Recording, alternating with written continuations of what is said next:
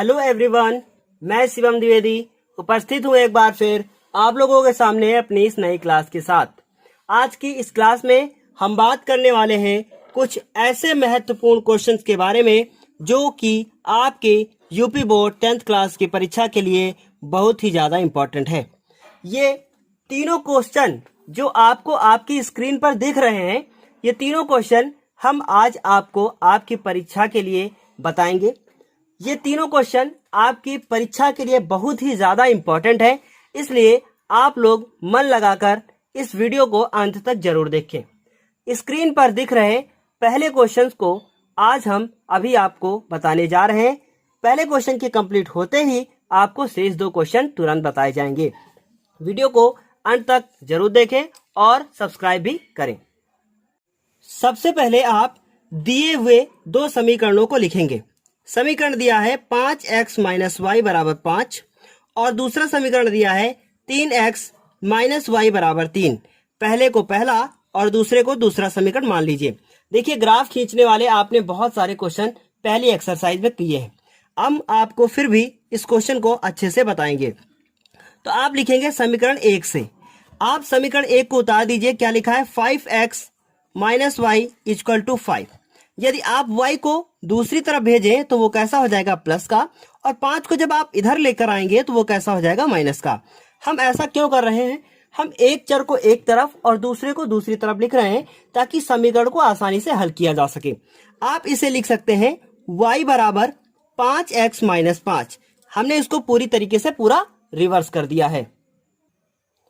अब आप एक बॉक्स बनाएंगे और इस बॉक्स के अंदर आप x और y के हलों को लिख देंगे। तो इधर x लिख दिया गया और यहाँ पे y लिख दिया गया। देखिए, बहुत ध्यान से देखिएगा। जब आप x = 0 रखेंगे तो समझिए, पहले x = अगर 0 रखेंगे तो हम लोगों को y = -5 मिलेगा। आप रख कर इसे देखिएगा, क्योंकि 0 से 5 को गुणा करेंगे तो 0 हो जाएगा और 0 में 5 को घटाएंगे तो -5। उसके बाद यदि आप x = 1 रखेंगे तो यहाँ पर हो जाएगा 5 × 5 और 5 में -5 घट जाएंगे तो कितना उत्तर आ गया? देखिए, 5 में 5 चले गए तो कितना बचा? आपका बच गया है 0। इसके बाद आप लिख देंगे अतः समीकरण 1 के 2 हल। आप लोगों ने समीकरण 1 के कितने हल निकाल लिए हैं? 2। देखिए, किसी भी समीकरण को आप यदि ग्राफ पर दिखाना चाहते हैं तो कम से कम उसके 2 हल निकालना आवश्यक है। तो 2 हल से मेरा काम हो जाएगा। अब आप क्या करेंगे? अब आप दूसरा समीकरण लिखेंगे समीकरण नंबर 2 से, और इसी प्रकार आप दूसरे समीकरण का हल निकालेंगे। तो आपका दूसरा समीकरण लिखा है 3x - y = कितना है? 3। यदि आप y को दूसरी तरफ लेके जाएं और 3 को इस तरफ लेके आएं तो कैसा हो जाएगा? चिन्ह बदल जाएगा और उसके बाद ये y हो जाएगा और ये हम रिवर्स करके लिख सकते हैं 3x - 3। अब आप ऐसे ही बॉक्स बनाएंगे और बॉक्स बनाने के बाद आप जिस प्रकार ने आपने जिस प्रकार ये ऊपर वाला किया है वैसे ही इसको भी सॉल्व करेंगे। तो यहाँ पे हम लोग बॉक्स बनाए और यहाँ लिख दिया हमने x और इधर लिख दिया y।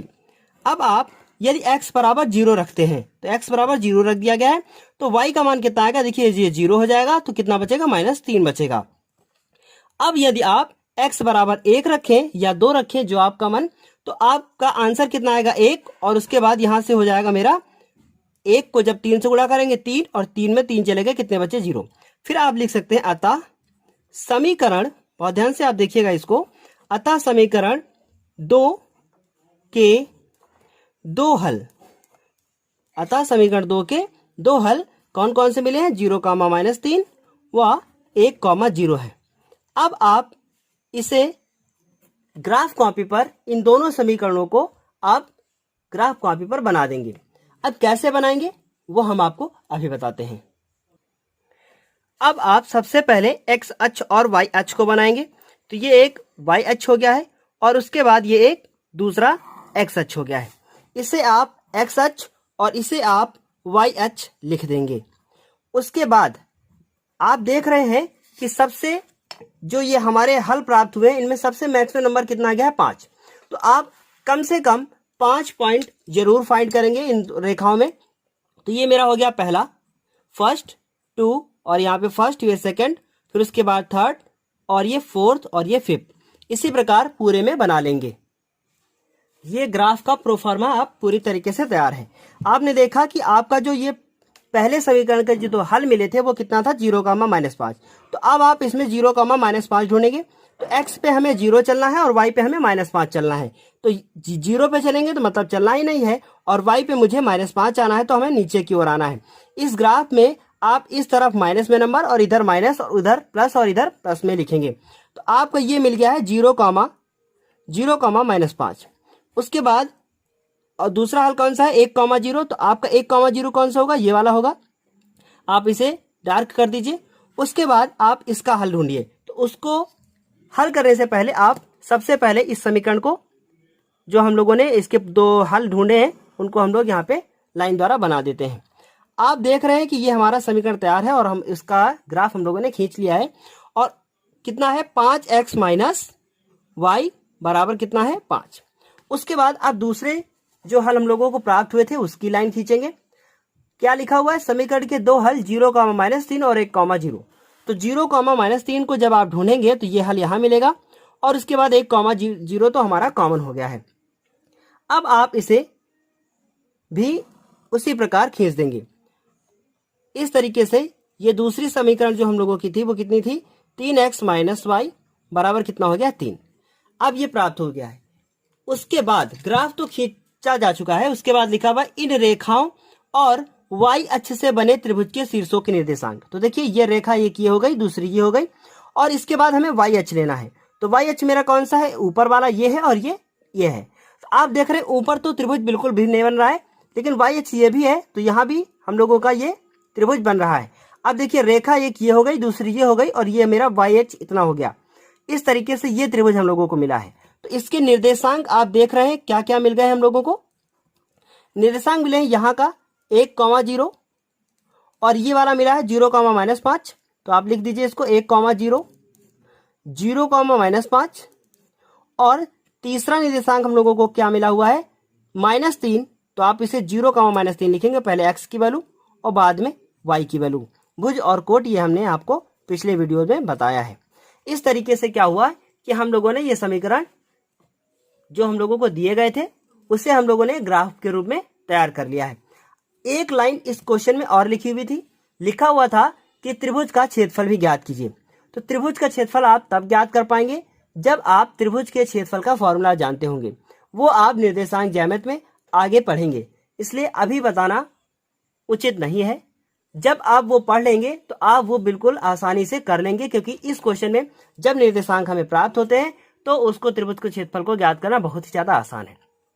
इस तरीके से उम्मीद है इतना क्वेश्चन आपको पूरा समझ में आ गया होगा। इस क्वेश्चन के बाद अब हम बात करेंगे क्वेश्चन नंबर 19 की। और जो क्वेश्चन नंबर 19 आपको स्क्रीन पे अभी दिख रहा है, ये क्वेश्चन आपके पेपर के लिए बहुत ही ज्यादा इंपॉर्टेंट है। क्वेश्चन नंबर 19 लिखा हुआ है एक चक्रीय चतुर्भुज ABCD है। तो सबसे पहले चक्रीय चतुर्भुज जान लीजिए। चतुर्भुज में कितनी भुजाएं होती हैं, 4। लेकिन वह चक्रीय चतुर्भुज तब कहलाता है जब वो किसी एक वृत्त के अंदर बना हो, और अंदर बना होने के साथ साथ उसके जो ये चारों शीर्ष हैं वो वृत्त की परिधि को स्पर्श कर रहे हों। यानी कि वह चतुर्भुज जो वृत्त की परिधि को स्पर्श करे, यानी उसके शीर्ष जो हैं वो क्या करे, स्पर्श करे वृत्त की परिधि को, तो वो चतुर्भुज क्या कहलाता है, चक्रीय चतुर्भुज। लेकिन यदि आपसे पूछा जाए एक चतुर्भुज ऐसे बना दिया जाए और उसको एक वृत्त के अंदर रखने के बाद आप देखें कि ऐसे मान लीजिए आपने वृत्त बनाया और ऐसे चतुर्भुज बना दिया, तो क्या ये चक्रीय चतुर्भुज होगा? बिल्कुल नहीं होगा, क्योंकि ये इसके शीर्ष जो है वो इसको स्पर्श नहीं कर रहे हैं। इस तरीके से आपको पता चल गया कि ये चक्रीय चतुर्भुज क्या होता है। फिर उसके बाद लिखा है इस चक्रीय चतुर्भुज के सभी कोण ज्ञात कीजिए। बहुत ही ज्यादा आसान क्वेश्चन है, लेकिन आप इसे तब कर पाएंगे जब आपको सारे फॉर्मूलेज पता हो। तो सबसे पहले एक नोट हम आपको बताएंगे, चक्रीय चतुर्भुज के सम्मुख कोणों का योग क्या होता है, 180। इसका मतलब यह है कि यदि आप कोण ए को कोण सी के साथ जोड़ दें तो उत्तर कितना आएगा, 180। इसी प्रकार बी को डी के साथ जोड़ दें, क्योंकि आमने सामने है, सम्मुख कोण है, तभी उत्तर कितना आएगा, 180। तो अब आप इसको हल कैसे करेंगे? सबसे पहले आप लिखेंगे कि चक्रीय चतुर्भुज के सम्मुख कोणों का योग 180 होता है, इसलिए तो आप क्या लिखेंगे, क्योंकि चक्रीय बहुत ध्यान से देखिएगा, बहुत ही ज्यादा इंपॉर्टेंट है। चक्रीय चतुर्भुज के सम्मुख कोणों का योग, सम्मुख कोणों का योग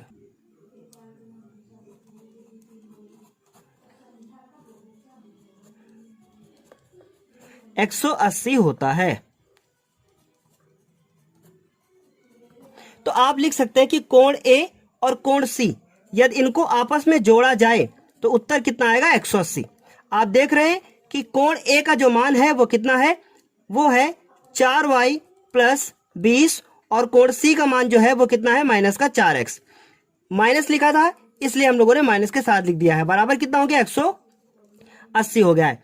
उसके बाद आप इस 4x को इधर ही लिखा रहने दीजिए, लेकिन पहले लिख लीजिए, और y को बाद में लिखा है तो उसे इस प्रकार लिख दीजिए। जब 20 को आप उधर लेकर जाएंगे तो वो माइनस का होगा और 180 के साथ घट जाएगा तो उत्तर कितना आ जाएगा 160, और इसे समीकरण नंबर 1 मान लीजिए।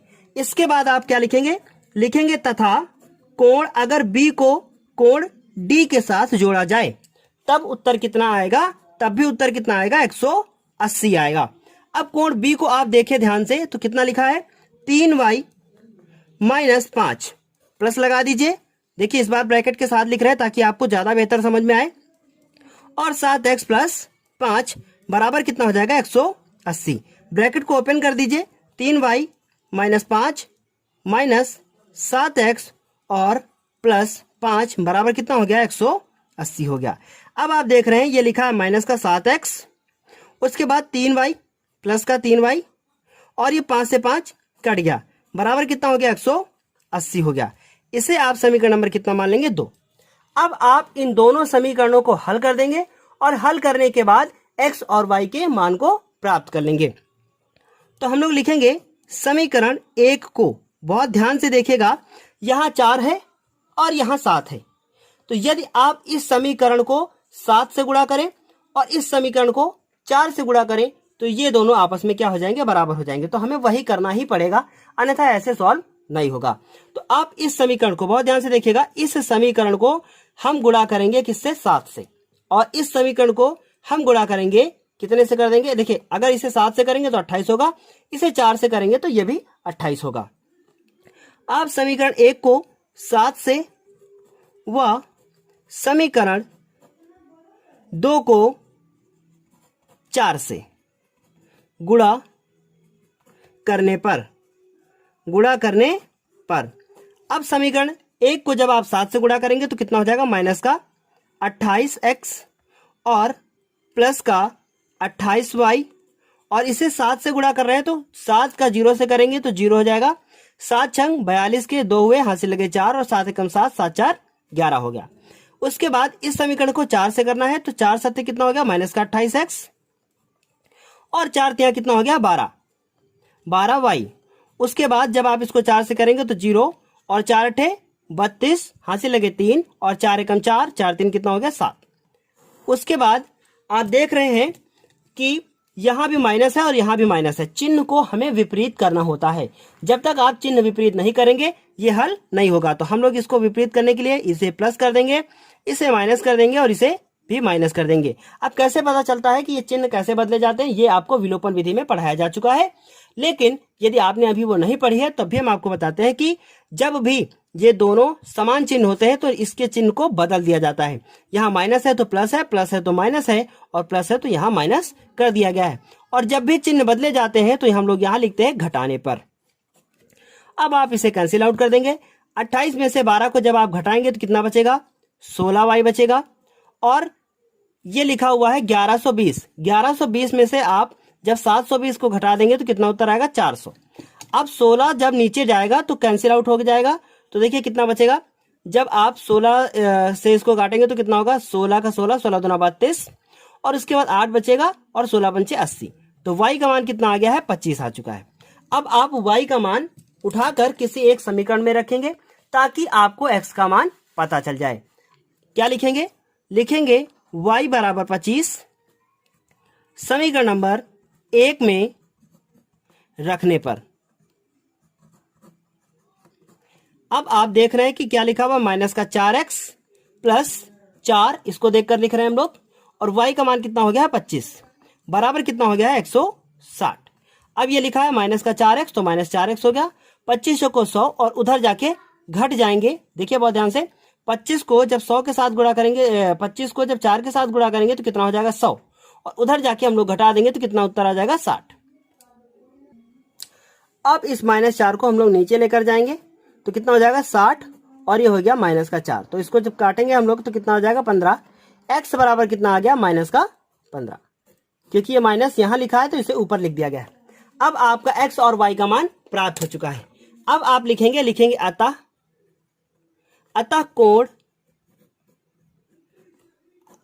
कौन कौन से हैं, कोण A, और कोण A का जो मान है वो कितना लिखा है 4y + 20। तो आप देखेंगे बहुत ध्यान से, इसको लिखा है 4 तो 4 लिखेंगे, y का मान कितना है 25 और प्लस कितना लिख दिया गया 20। तो 25 को 100 और 100 में जब 20 जोड़ देंगे तो कितना उत्तर आ जाएगा 120 आ जाएगा। इसके बाद अब आप कोण B को निकालेंगे। कोण B का मान क्या निकलेगा अभी देखते हैं। कितना लिखा है कोण B का मान, लिखा है 3y - 5। तो आप लिखेंगे 3 लिखेंगे और y का मान आपका कितना आया है 25 और -5। तो 25 को 3 से गुणा करेंगे कितना होगा 75, और 75 में 5 को घटा देंगे तो कितना आ जाएगा 70।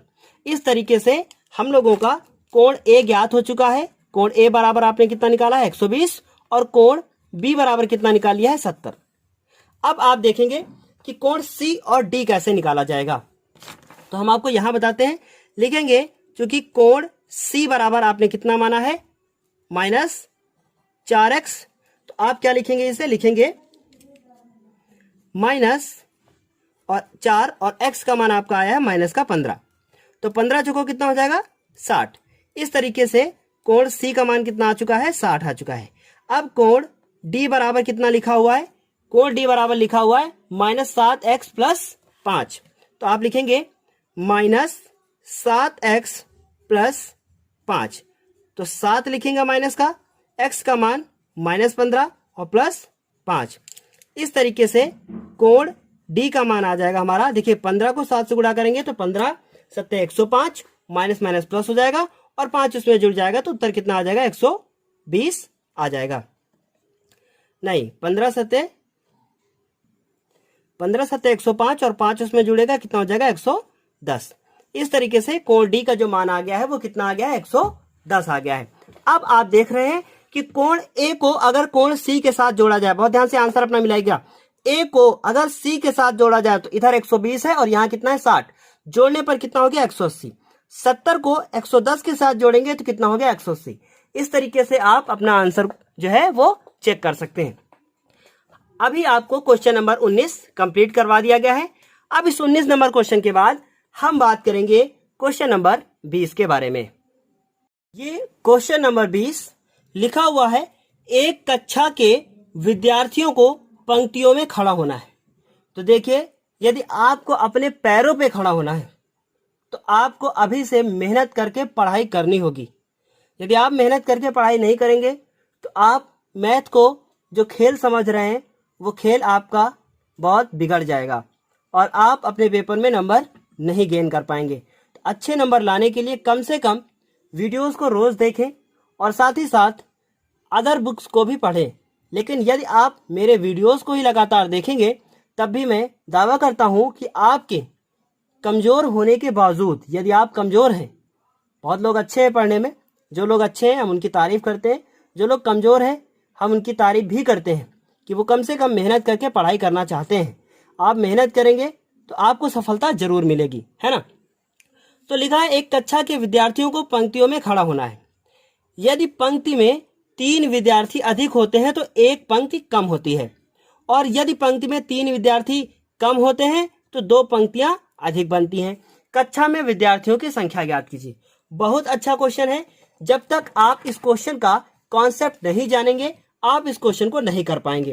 तो सबसे पहले हम लोग ये लिखेंगे कि माना पंक्तियों की संख्या। सबसे पहले देखिएगा, माना, बहुत ध्यान से एक चीज और देख लीजिए, ये पंक्तियां हो गई जो हम लोग ऐसे ऐसे खींच रहे हैं, और उसके बाद ये पंक्तियां हो गई, और उसके बाद लिखा हुआ है कि यदि पंक्ति में 3 विद्यार्थी अधिक होते हैं तो एक पंक्ति कम बनती है। तो हम लोग लिखेंगे माना पंक्तियों की संख्या, माना पंक्तियों की संख्या x है और एक पंक्ति में, इस एक पंक्ति में देखिए, एक पंक्ति में अगर 4 लोग खड़े हैं, बहुत ध्यान से देखिएगा, एक पंक्ति में 4 लोग हैं और ये 4 पंक्तियां हैं, तो 4 को आप 4 से गुणा करेंगे तो उत्तर कितना आएगा 16। तो हम लोग इसी प्रकार इसको भी करेंगे, लिखेंगे माना पंक्तियों की संख्या x है और एक पंक्ति में, और एक पंक्ति में, क्योंकि यहां लिखा हुआ एक पंक्ति में, क्योंकि पंक्ति में ना, तो मतलब पंक्तियां नहीं है, एक पंक्ति में संख्या, किसकी संख्या, विद्यार्थियों की संख्या कितनी है, y है। तब कुल विद्यार्थी, बहुत ध्यान से इस चीज को देखिएगा, तब कुल विद्यार्थी क्या हो जाएंगे, xy। क्या करेंगे आप, पंक्तियों की संख्या और पंक्ति में विद्यार्थियों की संख्या से आपस में दोनों को गुणा कर देंगे, तब कुल विद्यार्थी पता चल जाएंगे, जैसे कि इसको गुणा करके 16 लिखा गया है। अब आप लिखेंगे पहली स्थिति। पहली स्थिति हमारी क्या है, बहुत ध्यान से देखिएगा, हम लोग पहली स्थिति को डायरेक्ट करेंगे ताकि आपको बेहतर समझ में आए। क्या लिखेंगे, विद्यार्थियों की संख्या। तो विद्यार्थियों की संख्या कैसे निकलेगी, हम लोग लिखेंगे पंक्तियों की संख्या गुणे एक पंक्ति में विद्यार्थी। तो आप बताइए पंक्तियों की संख्या कितनी है, देखिए लिखा है यदि पंक्ति में 3 विद्यार्थी अधिक होते हैं, इसका मतलब यह है कि तो एक पंक्ति कम बनती है, पहले पंक्ति कितनी है x, अब एक पंक्ति कम बन रही है, मतलब x - 1 हो गया, और एक पंक्ति में विद्यार्थी कितने हैं, 3 विद्यार्थी अधिक होते हैं, इसका मतलब विद्यार्थी आपके कितने थे, विद्यार्थी देखिए एक पंक्ति में कितने विद्यार्थी हैं, y, तो आप लिखेंगे y, और कितने हो जाते हैं, 3 अधिक होते हैं। यदि आप ये समझ गए तो बहुत आसानी से कर लेंगे, अन्यथा आपके लिए कठिन हो जाएगा। तो आप x से जब y का गुणा करेंगे तो कितना होगा, xy होगा, उसके बाद x का जब इससे गुणा करेंगे तो कितना हो जाएगा, मेरा हो जाएगा 3x, और एक का जब इसके साथ करेंगे तो y हो जाएगा, और 3 एक कम कितना हो जाएगा, -3 हो जाएगा। आप देख रहे हैं कि विद्यार्थियों की संख्या जो कितनी है वो कितनी है, xy। तो हम लोग क्या लिखेंगे, xy से xy ये कैंसिल हो जाएगा, इधर क्या बचेगा 0, और उसके बाद ये हो जाएगा 3x माइनस y बराबर कितना, -3। आप इसे लिख सकते हैं 3x माइनस y माइनस 3 बराबर कितना, 0, और इसे समीकरण नंबर कितना मान लेंगे, समीकरण नंबर हो जाएगा मेरा 1। अब इसी प्रकार जैसे ये लिखा गया है वैसे ही हम लोग दूसरा लिखेंगे इसी प्रकार विद्यार्थियों की संख्या, कब, दूसरी स्थिति में, विद्यार्थियों, यहां लिख देंगे आप दूसरी स्थिति। इसी प्रकार विद्यार्थियों की जो संख्या है, अब इस बार बहुत ध्यान से अब देखिएगा, लिखा है कि यदि पंक्ति में 3 विद्यार्थी कम होते हैं, 3 विद्यार्थी कम होते हैं, इसका मतलब जो विद्यार्थी थे एक पंक्ति में, देखिए लिखा ना कितने हैं y, और इस बार 3 कम हो रहे हैं, तो 3 कम हो गए, तो 2 पंक्तियां अधिक बनती हैं, 2 पंक्तियां क्या हो गई हैं, अधिक बनती हैं। तो पहले पंक्तियां कितनी थी x, उसमें से 2 अब ज्यादा बनने लगी हैं। विद्यार्थी कितने थे हमारे, xy, x को y के साथ गुणा करेंगे, xy, x को इसके साथ गुणा करेंगे, कितना हो जाएगा, -3x, और इसको जब 2 को y के साथ करेंगे तो कितना हो जाएगा, +2y और -6। xy से xy कैंसिल हो गया, इस 3x को आप इधर लेके आए ताकि ये प्लस का बन जाए, 3x हो गया, 2y को जब आप इधर लेके आएंगे -2y, और 6 को भी इधर लाइए, कितना हो जाएगा, +6 बराबर कितना हो जाएगा, 0, और ये समीकरण नंबर कितना हो गया, 2। अब आप समीकरण 1 और 2 को हल करेंगे, हल करने के बाद x और y के मान को निकालेंगे, लेकिन वो x और y का जो मान आएगा वो मेरा आंसर नहीं होगा, उसके बाद भी हम कुछ करेंगे, है ना। समीकरण 1 और 2 को हल करने पर हम लोग लिखेंगे समीकरण 1 व 2 को हल करने पर, हम यहां हल करेंगे, पेज पलटेंगे तो आपको बार बार समझाने में दिक्कत होती है। तो आप लिखेंगे 3x माइनस y -3 बराबर 0, और दूसरा समीकरण है 3x माइनस 2y प्लस 6 बराबर 0।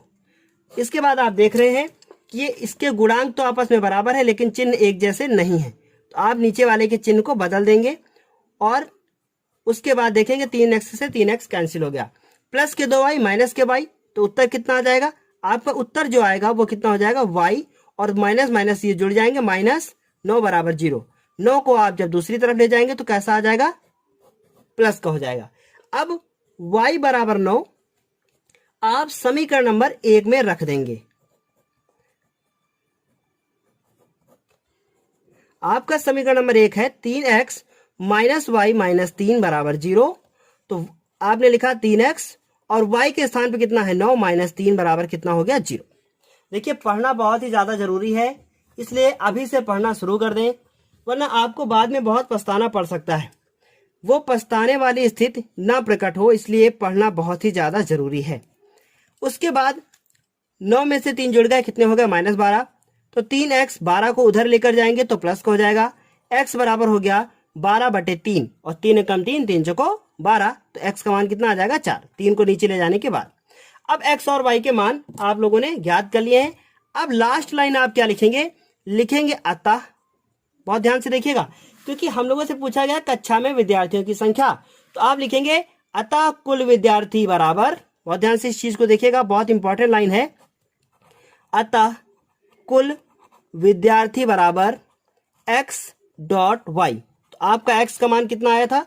4 और y का मान कितना है? 9। देखिए आप लोगों ने अभी तो ये पंक्तियों की संख्या और एक पंक्ति में विद्यार्थियों की संख्या ज्ञात की है।